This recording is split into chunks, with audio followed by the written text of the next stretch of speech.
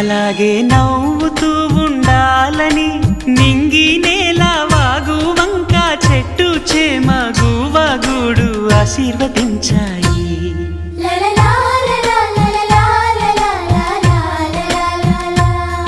ఒక తోటలో ఒక కొమ్మలో ఒక పువ్వు పూసింది. మహారాణిల మహాలక్ష్మిల ఆ పువ్వు నవ్వింది.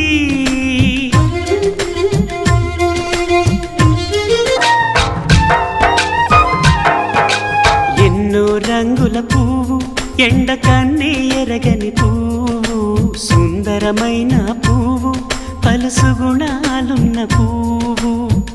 ఏ గుడిలో అడుగు పెట్టును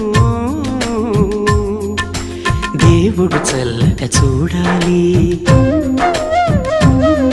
ఆ పువ్వుకు పూజలు చేయాలి.